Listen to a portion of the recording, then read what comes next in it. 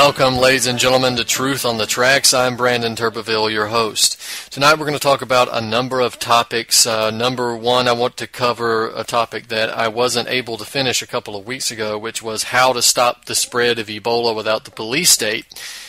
Now, of course, a lot of the propaganda and the fear-mongering around Ebola has largely evaporated in favor of other apocalypses and other threats that are coming at us from every side that's going to kill us all. But I still want to talk about that because the ideas that I had are still valid, and I want to get them out. I don't want to leave the topic untouched or unfinished. So I also want to talk more about Syria. Of course, we've got some news coming out of Syria, some questions and some propaganda that needs to be dealt with and deconstructed before we can move on. Of course, the beheadings, the Peter Kasich beheadings, we've got to mention that. Also, we've got gun confiscation beginning in New York. We can touch on that for a minute. And the article, the Veterans Day article, we'll make comments on that as well. So we can talk about the idea of war promotion and glorification of war, along with the poor treatment given to American military veterans and war veterans once they return home. But we're going to get to all that. Before I do, I want to mention some of the areas where you can find my work. And of course, I write regularly for activistpost.com, and I also occasionally write for the antimedia.org, Irrelevant Paradigm, and naturalblaze.com. So check those websites out. Also, my website, brandonturbeville.com, is the hub of all of the articles and so forth that I do, all of the radio shows, all of the interviews, the YouTube videos, and the like. We've also got a books tab where you can find my books. The most latest is The Road to Damascus, the Anglo-American Assault on Syria, and, of course, the Codex Alimentarius End of Health Freedom book and 7 Real Conspiracies, all available there. Also, a new addition to the website is the events page. So now we've got a page up there where you can click and see where I'm going to be giving events, giving talks, or making appearances in person in the future. And I do intend to be doing more of these where I'm invited if I can get to them, and if we're able to do all this. But we already have one event scheduled in December, on December the 11th at Coffee Etc. in Mullins, South Carolina. That address is 203 South Park Street, P-A-R-K Street, Mullins, M-U-L-L-I-N-S, South Carolina, 29574. That's on December the 11th, a Thursday night at 8 p.m., and the topic will be the road to Damascus, terrorism and destabilization in Syria. I'll be talking for about 30 to 45 minutes with a PowerPoint presentation explaining the situation in Syria and the Middle East, as well as talking about color revolutions, false flag terror, and the possibilities of a larger confrontation between major powers. So we'll be talking about that, and we'll also have a 15 to 30 minute question and answer session, Coffee Etc. We'll have refreshments for purchase. There'll be drinks and snacks available as well. So also plenty of coffee and then lots of other items too. So please check that out. The event will be free to the public, and we hope to have a YouTube video of that. But if you're going to be passing through the area, Myrtle Beach is not far away from Mullins, or Mullins is not far away from Myrtle Beach. So if you're thinking about a vacation in December to Myrtle Beach, then stop on over in Mullins on December the 11th and take a listen to the talk. Also reminding you of the standing event in Florence, South Carolina by Health First Chiropractic Center. You can find them in the phone book. You can also find them online and find their address.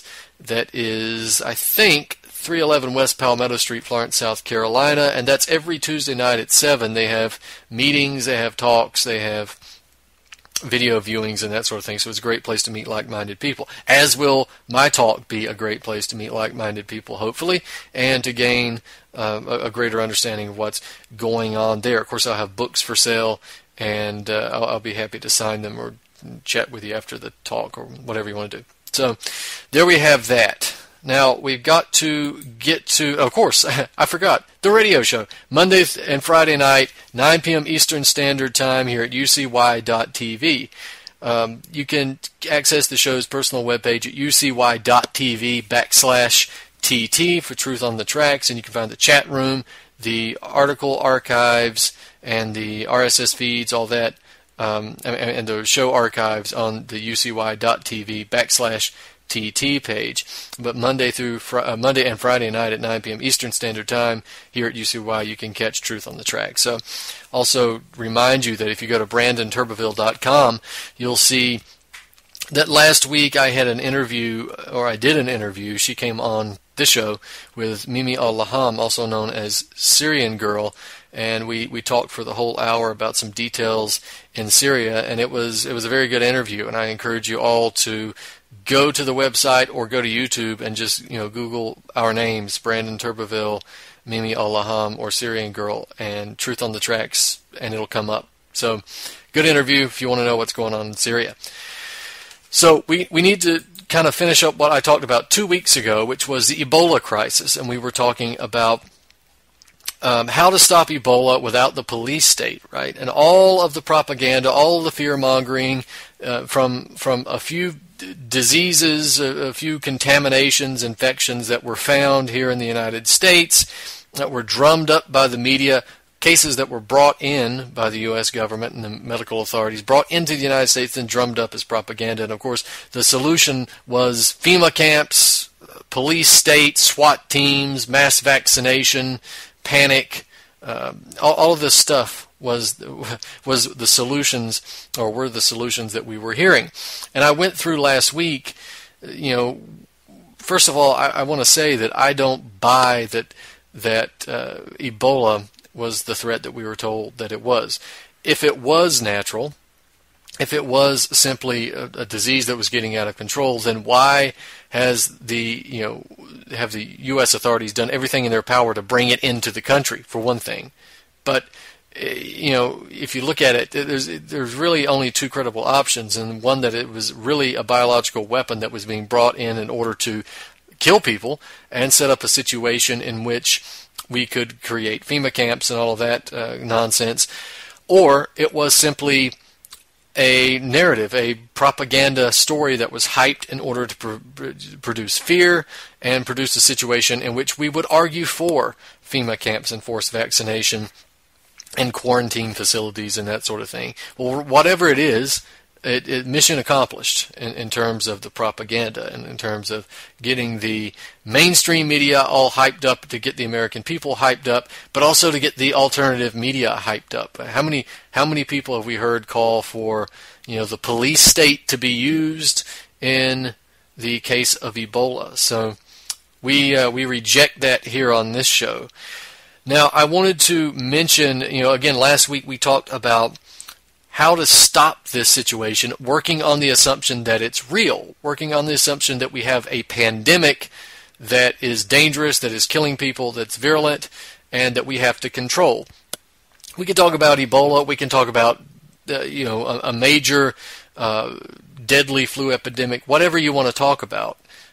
Let's assume that it's a pandemic that's extremely deadly and that it's virulent, and that we want to stop it. A couple things you have to understand is that austerity begets disease, right? You can trace mass pandemics and mass epidemic back to times of austerity and bad sanitation, bad health standards, and bad living standards. You can look at this throughout history.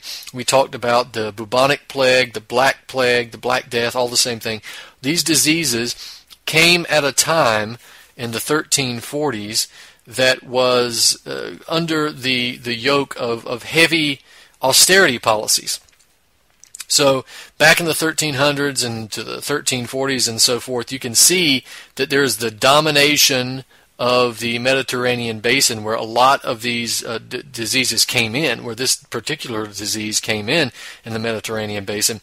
But there is the domination of this area by Venetian bankers and Genoese bankers, and extreme usury imposed on the people, the rulers of those areas, the kings, the princes, the other, dukes, whatever. They are, under pressure themselves, so they put pressure on sharecroppers and on farmers and workers, which leaves these people with less of the food crop to devote to nutrition and more of it just being sold off other places. So austerity policies, right? We also remember that at the time of the disease, the European continent was embroiled in a number of wars. Right? Europe during this period was just in continual warfare, big wars, little wars, all of it. France itself was also in not only wars, but it was struck by a famine in the years leading up to the Black Plague. So again, you see austerity, poor nutrition, lack of access to nutrition, and poor living standards in terms of war and so forth. 1918 Spanish flu killed millions of people. That came on the heels of World War I, which left many places in the world just ravaged with destruction, overcome with famine, vastly reduced living standards. We also had the high use of chemical weapons, which was generally chemicals that affected the human immune system, even though it might not have been sprayed on them directly. It hit the jet stream and it went all around the world. And of course, we can't eliminate the fact that this disease was actually, there's evidence that it was created on a military base in Kansas. But regardless, it spread across because of the conditions that I just explained. The austerity conditions, the poor living conditions, bad sanitation, and the stress of the population. There is an article on Activist Post that talks about that as well, where you can tell the high-stressed populations and the times, their skulls actually are shaped differently. There's different things that happen to the human body physiologically in times of extreme stress. So today, in 2014, we find ourselves in an economic depression, and that does put us at risk for pandemic and epidemics, but just simply because our living standards have been vastly reduced. This is the case all over the world, actually, that living standards have been lowered. We've got free trade, we've got globalization, we've got austerity policies, increasing pollution, deindustrialization, and of course the prevalence of genetically modified food, other forms of chemical toxicity. We have immune system destroying vaccines, very deadly vaccines, processed foods, chemtrails, right? Just other chemical poisonings that weaken the human immune system. You understand what I'm talking about. You get the idea. So we do have these situations, this climate that is actually, ready for the pandemic. This is that is waiting and able to cause the spread of pandemic disease. So, what stops disease? Is it vaccination? Well, if you're a listener to this show, you'll know that vaccines are not acceptable, right? Vaccines have been shown repeatedly not to have stopped disease. When you look at the historical data of vaccination, and particularly vaccination in correlation to the increase in public health and the decrease of incidence of disease, what you find is that in virtually every case, the diseases that were being targeted by the vaccines were already declining before the introduction of the vaccines. So whether this is pertussis or whooping cough, measles, scarlet fever, pneumonia, influenza, typhoid fever, diphtheria, tuberculosis, all these among a number of others, what you find is that these diseases had all sharply declined before the vaccines were introduced.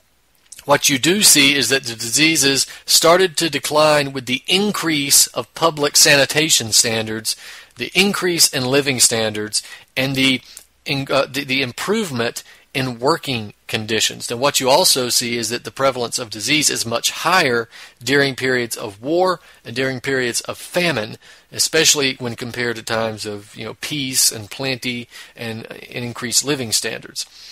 Now, we talked about this 2 weeks ago on the show in terms of the U.S. healthcare system. Now, Looking at the hospitals, we have analysts that say hospitals are, our hospital system is a good one. It's a capable hospital system, but it doesn't have any depth. In other words, it is good at treating what it has, but once you have a situation where there's a pandemic and there's large numbers of people coming in, you have a system that is brittle and that it's subject to being overwhelmed. So there is a report by the Organization for Economic Cooperation and Development called Health at a Glance 2013, which looked at the availability of hospital beds per person in a number of different countries all across the world. And what they found was that the number of hospital beds per person has radically declined over the last few decades, particularly here in the West.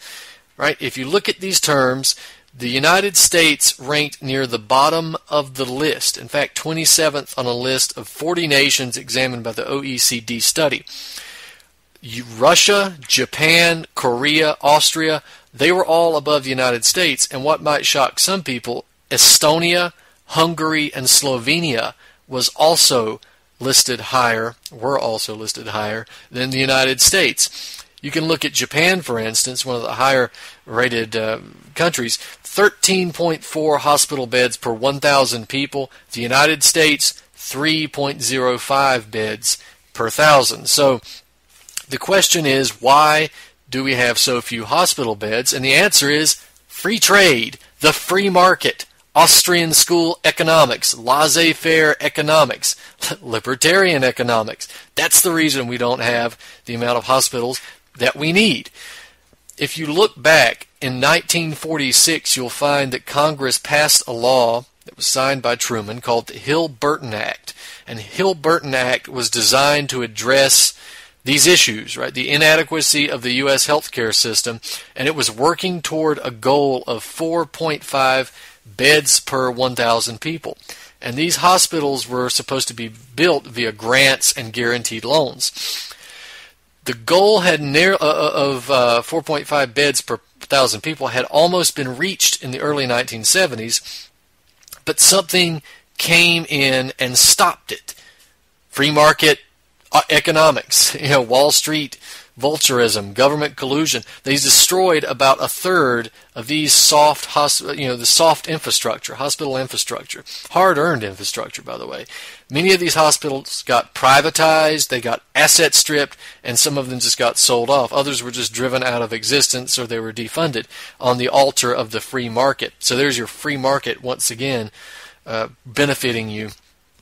So in 2014, what do we have to look back on in terms of our legacy in hospital building is that we are below the standards that we set 70 years ago. Thanks a lot, free market economics. But this is just one aspect, right, of how the U.S. health system is inadequate. Now, those of you who listen to this show will know that I am no fan of the medical system. I am no fan of hospitals. I am no fan of the medical system, pharmaceutical companies, or medical doctors. I do think they have their place. I'm not going to sit here and pretend that I'm a person who believes that natural remedies exist for everything. Right? You get your leg cut off, you go to a hospital. That's where you go. They've made tremendous gains in these areas. You get cancer, I wouldn't recommend chemo.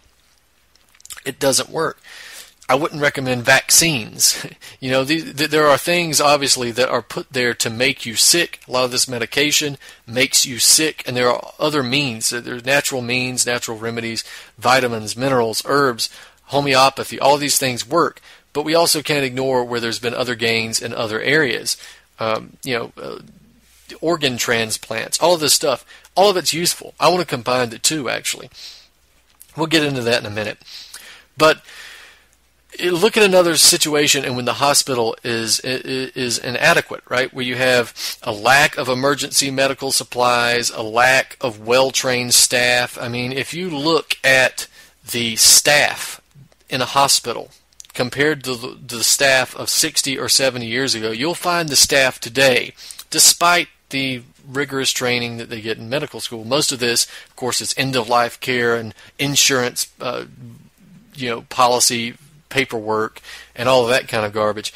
It's mostly tangential stuff. It's not really nursing per se. It's acting as, just as a nice little robot. I'm sorry, you look at the nursing staff today compared with 60 or 70 years ago, and they're inferior in just about every way, in terms of knowledge, in terms of how the human body works, and in terms of bedside manner, for God's sake, in terms of bedside manner. Some of these nurses shouldn't even be around people. Some of them, shouldn't have a college degree. But American doctors, these guys are trained as soldiers of pharmaceutical companies generally. They have, a lot of them just have niche specialities because they go where the big bucks are, and their egos are generally so big that they have a mental illness. So these guys, many of them are narcissists and control freaks. So that being said, right, we have to address those issues, and we will, but you can't have a reliance solely on pharmaceuticals and surgeries and a misunderstanding of many of these areas of nutrition and these poorly educated staff and these insane medical doctor practitioners. This is not going to work, right? We can't have a continuation of this. In fact, this is part of the reasons why the medical system is inferior today more so than it was. So what are the solutions to this pandemic? And this, again, we're working on the solution considering the fact, or considering the idea, we'll say for the sake of argument, that disease is real, whatever it is, Ebola, some deadly flu, or whatever, that it's real. So the first thing you want to do is, in this type of situation, you immediately halt flights coming from infected countries. That's right, you halt the flights because political correctness, promoted by people like George Soros and his Open Society Institute, is not worth the health of 300 million people. Number two, secure America's borders, right? This goes right along with it. Political correctness is not worth the health of 300 million people. I'll repeat it. And of course, maybe we'll get a moment to comment on the immigration situation tonight as well. Hopefully we will, because I have a lot to say about that. Number three, forget the police state. Forget forcing people to take vaccines, regardless of whether vaccines are safe or effective. The idea of mandatory vaccination or detention for quarantine should be dismissed immediately, right? Violating the rights of an individual for the purposes of stopping a pandemic or handling a national emergency or protecting the collective, this mythical collective, is entirely unacceptable. That is totalitarianism. When you violate the right of an individual, your society immediately ceases to exist as a free society. And when it ceases to exist as a free society, you have made yourself illegitimate as a ruling power, as a governmental force. So, that being said, you cannot violate the rights for a mythical collective. Again, no forced or coerced vaccination, no forced or coerced removal, relocation, any of that stuff. So, number four, if the disease spreads to the point of serious danger of contamination of the general population, then we tell people to shelter at home, right? Confinement to one's own personal property is sufficient. Not this idea that someone may be contaminated, so they have to be confined to their home. We are not in favor of forced quarantine. You know why? Because you can't tell people that they have to stay, essentially putting them under house arrest and eliminating their freedom to travel and interact as normal human beings because of the possibility that they may have something that's not proven. If you're going to restrict someone's freedom, you have to have proof of why you need to do that. And if you don't have proof, if your proof is a maybe, then that's not proof at all. That's not good enough. So number five, an immediate launch of a Manhattan Project-style effort to research the causes, treatment, and cures for the disease. Now, the U.S. scientific community, both private and government, combined with the needed funding from the U.S. government, are quite capable of producing results that at one time we may have thought unattainable. So, even today, when you have the best and brightest minds of the scientific community recruited to develop, police state control methodologies, we can still use those minds to cure disease and stop or fix many of the major problems that we have today in society. Science has progressed much further than what we know as the average person, and this science must be made available for all of us, right? This project should include scientific research into the medical options, whether it's pharmaceuticals, whether it's surgeries, whether it's other protocol of the medical industry, but also natural health fields, homeopathy, herbal healing, nutrition, other forms of treatment. All this should be funded. No stone should be left unturned. And of course, we're going to have to get the idea of private profits or patents and career advancement out of the equation. That could be done. Now, how would you fund it? You would fund it by a couple of things, right? This would be funded by 0% interest credit from a nationalized Federal Reserve. You could, or at least partially nationalized. That's how you fund it, 0% interest credit. Now, number 6, medical infrastructure. In order to cope with a pandemic or the possibility of a pandemic, we cannot have a system that is capable but brittle, right? We have to have a campaign of hospital building, this Manhattan Project style scientific research that I was talking about, and emergency treatment preparations, right? Just preparations. You got to be prepared. You got to be preppers on the national scale. We got to achieve the goal of what we had set forth in 1946, which means 4.5 beds per 1,000 people. Again, funded by 0% interest credit created by a nationalized or at least partially nationalized Federal Reserve, and you can augment this with money from a 1% Wall Street sales tax for any of these projects that require on-budget spending. And you can go find my articles on this, the case for the 1% Wall Street sales tax, and nationalize the Federal Reserve. You can find those on the internet and understand what I'm talking about. And of course, you can listen to past shows and figure it out too. Number 7, access to nutrition. This is one of the most important aspects of the prevention of disease, the nutritional content of the food supply. So we have a food supply that's made up of a majority of processed and chemical-laden food and genetically modified food. This is bound to cause and facilitate the existence of a pandemic or an epidemic or mass disease or sickness. So what we're calling for is a blanket ban on genetically modified organisms of any kind for food purposes, for humans or animals, and any other commercial purposes, actually, beyond a controlled scientific setting. These things should be banned. Not stopping the research on genetics, but stopping the research, but stopping the commodification commodification of food products, of genetically modified food products. No more genetically modified food for fuel, for food, or anything. It's got to go. Ban it. Don't just label it. Ban it. Now, we also got to have a program of parity agriculture that makes sure that farmers don't lose money on producing the food that we have that needs to feed the country. Parity pricing should replace the subsidies, and it should also replace the free market ideology.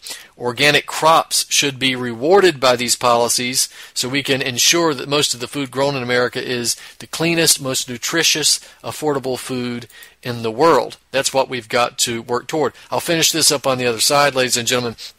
I want to get into Ebola, I want to get into finishing up this pandemic solution article. We need to talk about Syria, immigration, gun confiscation, a lot of other issues on the other side. Stay with us. We'll be right back after this.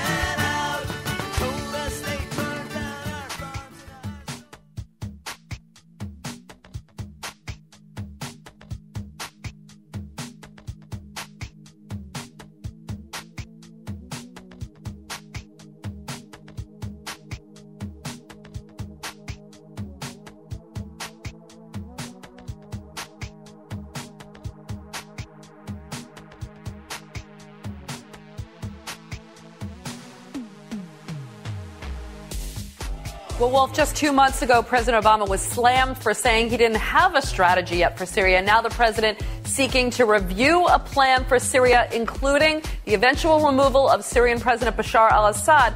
The president and his advisors coming to the realization you are not going to defeat ISIS without a plan to get rid of Assad, who the U.S. and many of the allies see as the reason ISIS has been able to gain strength in the country.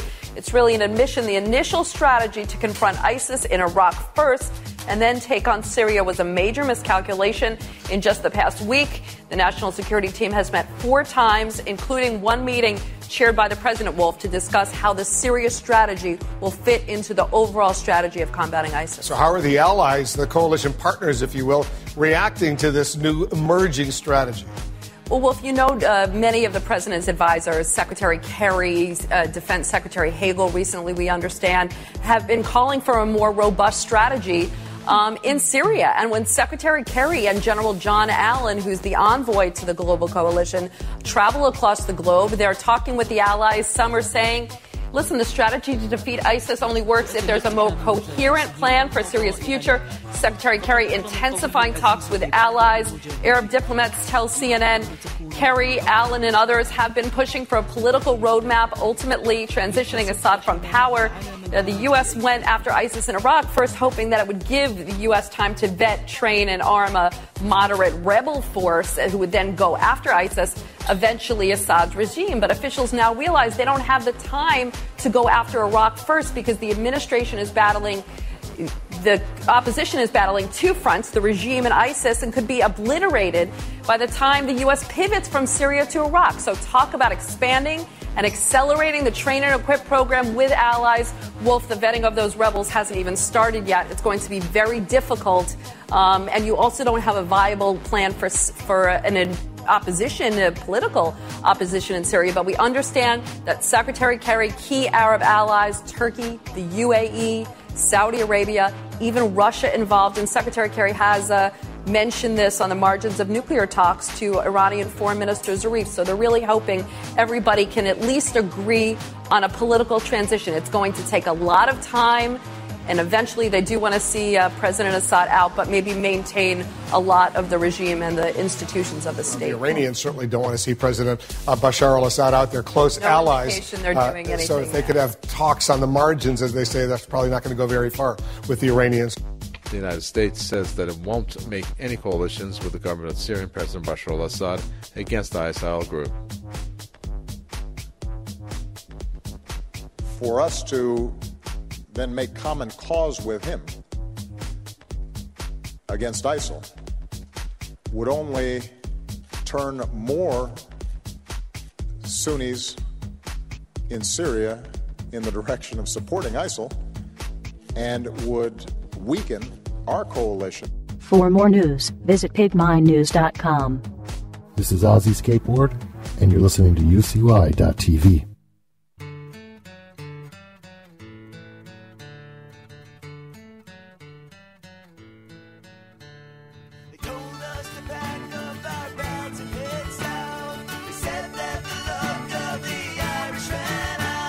Welcome back, ladies and gentlemen, to Truth on the Tracks. I'm Brandon Turbeville, your host. Now, before the break, we were talking about the pandemic situation and some solutions for the pandemics and possible pandemics, and we were going through them. I want to finish them up. This is the second or maybe even the third time I've tried to do this on the show, so at least I was smart enough to do it at the beginning of the show this time, so I'd at least get it finished. All right, so we talked about a number of issues, and the last was the 7th point, which was access to nutrition. And let's get into the last couple points in order to stop a pandemic, a real pandemic, right? Number 8 is the issue of environmental contamination and national infrastructure, right? As important as nutrition is, sanitation infrastructure and clean water are probably the most important aspect of public health. So while the U.S. once led the world in public sanitation and clean water and other forms of high living standards in general, the worldwide economic depression and austerity cuts have reduced our infrastructure to a shell of its former self. So we need an immediate push to not only repair and maintain existing levels of wastewater treatment and sewage disposal, sewage treatment, water treatment, even trash disposal and recycling and other relevant systems of public sanitation. But we need to improve these systems and expand these systems, and we must do that immediately. So, again, the funding of this project is 0% interest credit by a nationalized or partially nationalized Federal Reserve. Also, 1% Wall Street sales tax for any part of the programs that need to be on budget. And lastly, point 9, a program for Africa. And of course, this doesn't just appeal or apply to Africa. It could apply to the Middle East, to South America, Central America, Asia, specifically Southeast Asia, Eastern Europe, all of these places. So the idea here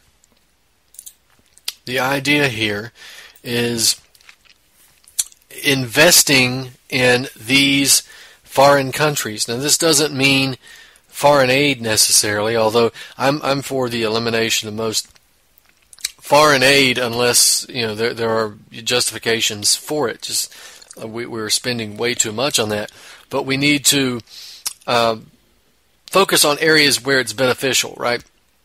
Focus in investment on curing and preventing disease, cleaning water, creating the situation where potable water exists and is able to be delivered to average people. This will go a long way in eliminating the diseases, and essentially you can fight them over there so you don't have to fight them here. And just in general, investing in the development of these countries. Not foreign aid, not shipping over food items that are generally going to be taken over by corrupt governments or warlords, and not really distributed to the people, or creating a situation in which these people need food aid. We need to invest in these countries and invest in building their infrastructure, in building and increasing their living standards, and increasing industry, environmentally friendly industry, without a doubt, but industry nonetheless. So, this is just the tip of the iceberg and what I've discussed, but we've talked about a lot of these different topics on the show and also in terms of the solutions. So the article is called How to Stop the Spread of Ebola Without the Police State, but it applies to other pandemics and disease. So I finally got this finished. Now let's move on to Syria. We've talked about this issue briefly before, but we've got this statement coming from NATO and the Saudi Arabians, but particularly NATO, the idea that in order to defeat ISIS, the United States will have to bomb Assad's oil pipelines. Now, the idea coming from NATO, the propaganda narrative, is that ISIS is making millions of dollars a day via the sale of oil that ISIS takes from the oil fields that it has in its possession, and they supposedly sell this oil on the black market to a number of different states. Now, the media doesn't really bother to explain how ISIS is able to extract, refine, ship, and deliver the oil, as well as procure the deals and complete the transactions, all outside of the knowledge of Western militaries and governments and the intelligence agencies, to the tune of $2 million per day. They're not able to tell us how they do it, but they are able to tell us that the solution is bombing Assad's oil pipelines. Now, the truth is, it's probably true that ISIS is using some commandeered oil sites to support themselves on a number of fronts, right? And even with some success attempting to sell that oil to other parties. But the idea that ISIS is able to do that and defeat the most sophisticated monitoring network and surveillance state on the face of the earth is just absolutely unbelievable. What would you believe, that the NSA was too busy reading our emails or listening to our phone calls, that they just weren't able to catch ISIS producing and selling and distributing and delivering oil and collecting money for that? We're to believe that this is the case. Well, I'm sorry, I don't. Just like I don't believe the story that ISIS marched across Iraq and Syria and seized large swaths of territory without being noticed until it was too late. The stories are ridiculous. Now, the the idea that ISIS is selling this oil to other countries and other states, then, again, it's likely that ISIS is selling some of this oil, but the question is to who, right? And CNN reports that some of the countries that are buying this oil is Turkey and Jordan. In fact, a number of EU member states are also listed as buyers of ISIS oil. So one would wonder, what are the solutions to the Turkey and Jordan and EU member states purchasing oil from ISIS and providing support to terrorism? Is it to bomb their pipelines? Is it to bomb their government? No, it's to bomb Assad, who opposes ISIS. Does that make any sense to you? It shouldn't, because it doesn't make any sense. So, ISIS Incorporated, ISIS Oil Incorporated, right? This is supposed to be one of the primary concerns for the U.S., according to Deputy Assistant Secretary for European and Eurasian Affairs Julieta Valsnoyes during her trip to London. So, as usual, the U.S. response to any concerns that it may have involves the possibility of airstrikes. So, we have this... the boundaries of sanity and logic had just been crossed a long time ago. But one of the more ludicrous statements being made by the State Department in the United States and NATO is that Assad is one of the buyers of ISIS oil. So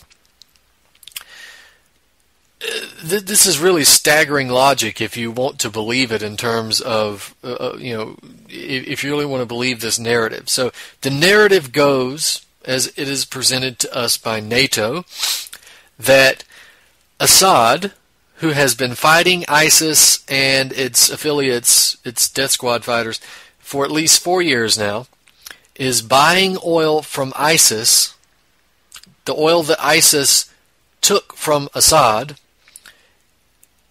Assad is allegedly now buying the oil from ISIS in order to use that oil to fight ISIS.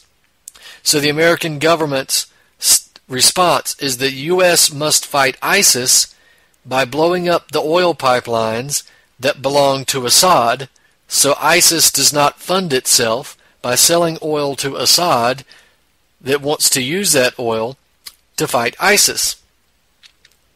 This is staggering logic. This is mental gymnastics. So the NATO and the U.S. are trying to convince people of this, but how many people really pay attention to the details of the propaganda, but how many people need to in order to get that war pushed across?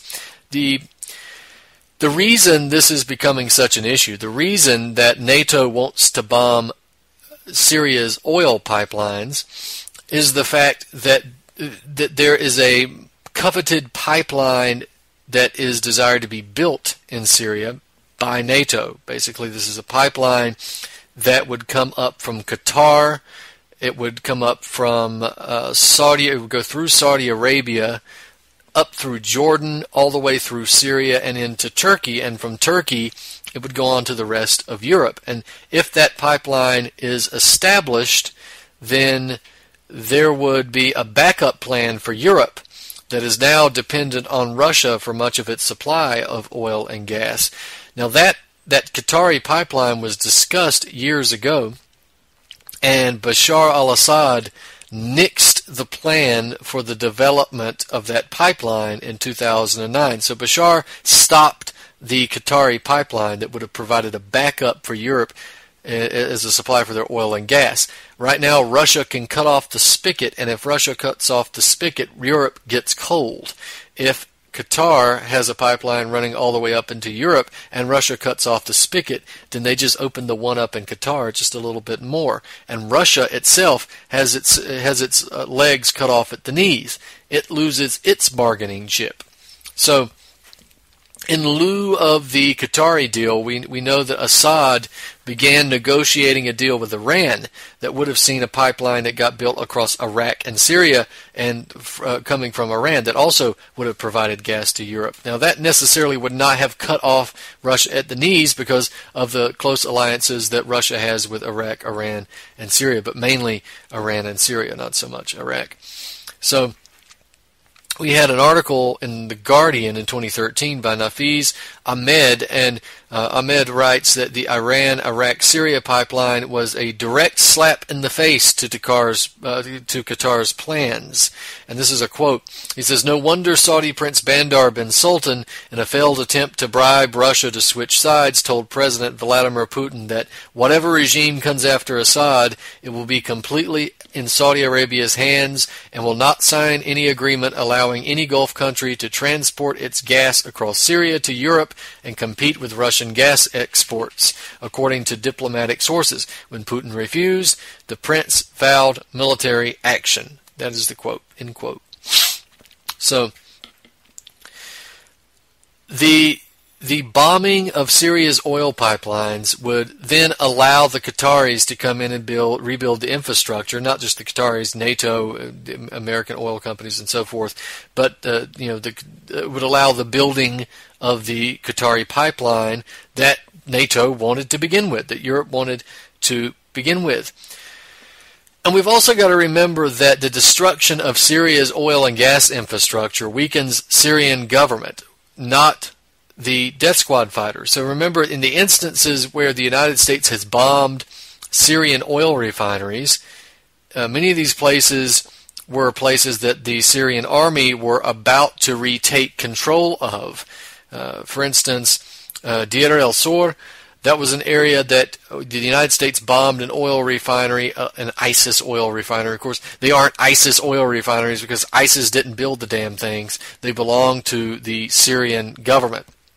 It's Syrian infrastructure, but nevertheless, the United States bombs the oil refineries outside Deir el-Zor, and what happens is that after fighting for years to retake the area, the Syrian army was poised to do so. They had blown up a bridge that cut off the supply route for the death squads into the city. They had surrounded the death squads. They were about to eliminate them and retake the city and then move on to retake the oil refineries, which were outside of town. What happened with the U.S. bombing is that what they would have gained, the spoils of their battle, was removed. They not only removed Syrian oil from the Syrian military in general, but they removed the very real tacit gains that the Syrian military would have gotten had that battle just gone on a few more days without the United States involvement. So they're bombing Syrian infrastructure. Also note that they have bombed a number of other oil refineries and that they also have bombed Syrian grain silos. Now, ask yourself that question. Why would they bomb grain silos since they're complaining so much about the humanitarian situation in Syria? Bombing grain silos, again, does not hurt ISIS. It hurts the Syrian people. It hurts the Syrian government and only puts more strain on the humanitarian situation that is playing out there. Also, I'll mention that Mimi al-Laham, or Maram Susli, that's the pen name, wrote an article that was up at New Eastern Outlook, and she also pointed out clearly that the idea of bombing Assad's oil pipelines, you can make the logical argument that you bomb the oil refineries because ISIS has control of them, but bombing the oil pipelines is even more ridiculous because ISIS doesn't have control of the pipelines. These are pipelines, not production facilities. Pipelines, people. So it's even more ludicrous to suggest that pipelines be bombed. Now, we also have, we got a few more minutes left so we can get into the idea of infighting between the terrorists. So we have an article that I wrote entitled West Rearms Nusra, Mainstream Media Continues Cover-Up. And essentially what this is that the listeners of this show, I'll just go back and say, you will know that ISIS and ISIL and Al-Qaeda and al-Nusra and the Free Syrian Army are only just small divisions of the same force, and that they're all controlled by NATO and Western intelligence agencies. I would hope that all of my regular listeners have that drilled into their head by now. The narrative, again, that we're being given, though, by the mainstream media is that they're not all part of the group. That there's the moderate rebels, and then there's ISIS, and then there's Nusra, the fundamentalists, the Nusra and ISIS, and then all the poor moderate rebels in the middle, and then brutal Hitler Assad on the other side. So let me just read you the report from the Washington Post, and then we'll get into this. All right. So the Washington Post says, the Obama administration's Syria strategy suffered a major setback Sunday after fighters linked to al-Qaeda routed U.S.-backed rebels from their main northern strongholds, capturing significant quantities of weaponry, triggering widespread defections, and ending hopes that Washington will readily find Syrian partners in its war against the Islamic State. Moderate rebels who had been armed and trained by the United States either surrendered or defected to the extremists as the Jabhat al-Nusra group, affiliated with al-Qaeda, swept through the towns and villages the moderates controlled in the northern province of Idlib in what appeared to be a concerted push to vanquish the moderate Free Syrian Army, according to rebel commanders, activists, and analysts. So we have we'll continue with this. It says, other moderate fighters were on the run, headed for the Turkish border as the extremists close in, heralding a significant defeat for the rebel forces Washington had been counting on as a bulwark against the Islamic State. Of course, some points must be made in regards to the presentation. All right, so that is that last part's not part of the article, so there's some formatting issues I'm trying to read through. But the point is that there in nowhere in Syria is there a moderate opposition, right? Moderates do not exist. I'm not going to go through the details again as I've done on a number of occasions, but moderates do not exist in Syria. So you look at this Washington Post article as an example, and they're saying that the Nusra Front fighters were able to capture the weapons and absorb the fighters of these so-called moderate rebels, these phantom moderate rebels. This is particularly relevant. Let me read you the description, and then we'll kind of deconstruct it and dissect it. This is the Washington Post. Among the groups whose bases were overrun in the assault were Harakat Hazam, the biggest recipient of U.S. assistance offered under a small-scale covert CIA program launched this year, including the first deliveries of U.S.-made Tau anti-tank missiles. The group's headquarters outside the village of Khan Sabul was seized by Jabhat al-Nusra overnight Saturday after rebel fighters surrendered their weapons and fled without a fight, according to residents in the area. Note that. After rebel fighters surrendered their weapons and fled without a fight. So moving on.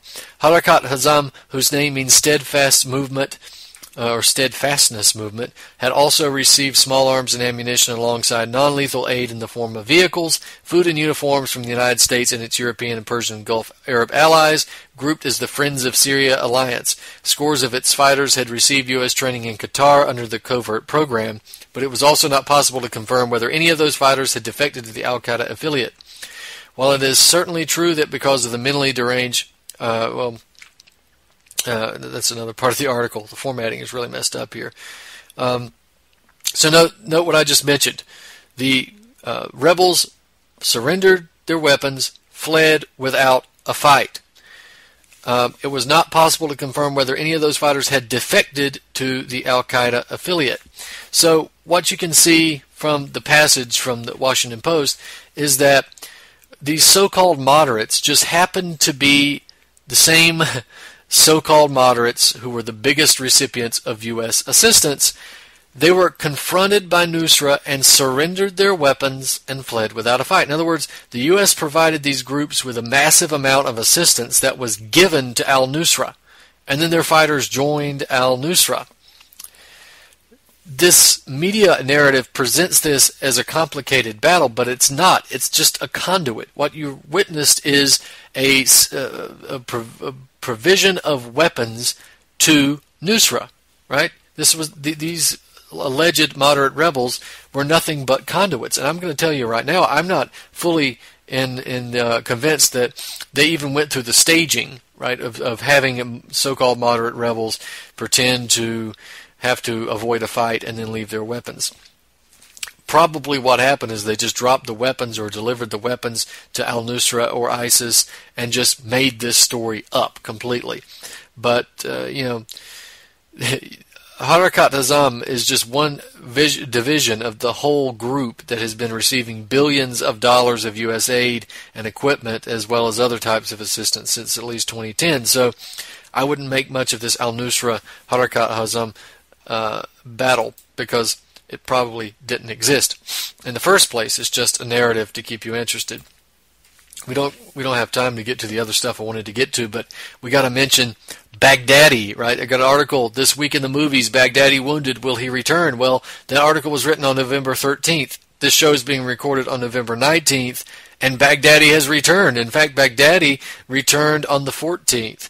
So I guess the character has survived for another few episodes of terrorism, world terrorism, on the syndicated television show that we're all forced to witness every night, and unfortunately has real world consequences. So CNN was one of the leaders in putting out this story that Baghdadi had been killed, because we had this story that Baghdadi had been wounded in an airstrike on November 7th. It was the Iraqi Minister of Defense, Khalid al-Obeidi, allegedly, that stated that Baghdadi's deputy in Baghdadi, his deputy Musallim al-Turkmani, had been killed in the strike. But then we also had the Iraqi Interior Ministry saying that Baghdadi was wounded in an airstrike that took place on Saturday,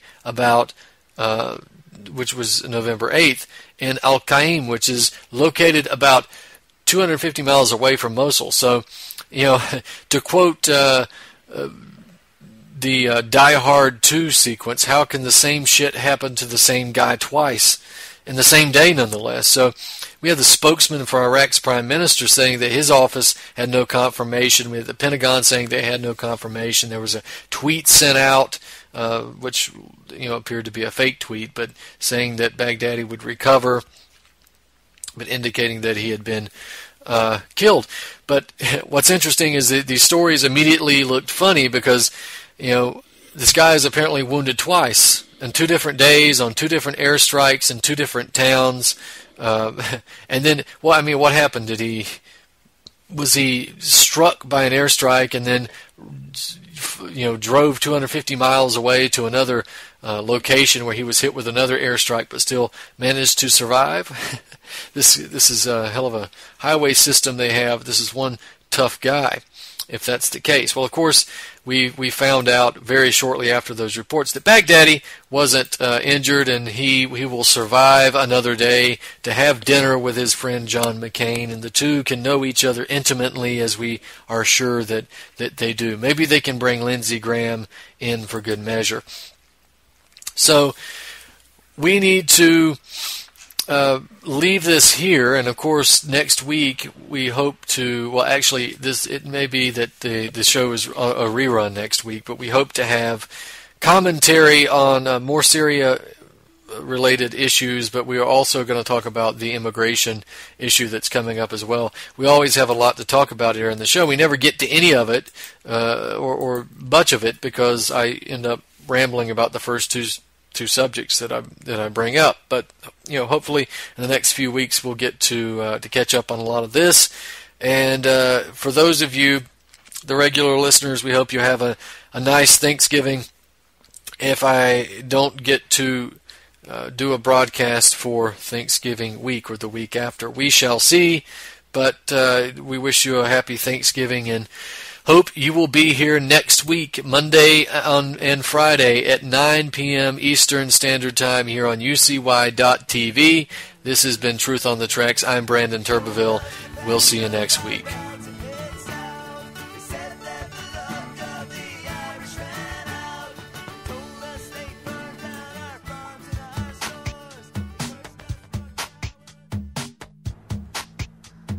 And on top of that, I am concerned about this report about Syrian rebels and the ceasefire with ISIS. Senator Paul, that's not true. Well, it's not true. It's not true. Whether I don't care about the report. I know these people intimately. We talk to them all the time. But also, let me point out that if we are going to conduct a conflict the way you are describing it, and I'm afraid that's the case, this is reminiscent of Vietnam, the gradual escalation that ended up in one of the worst defeats that America has ever suffered. For more news, visit pigminenews.com.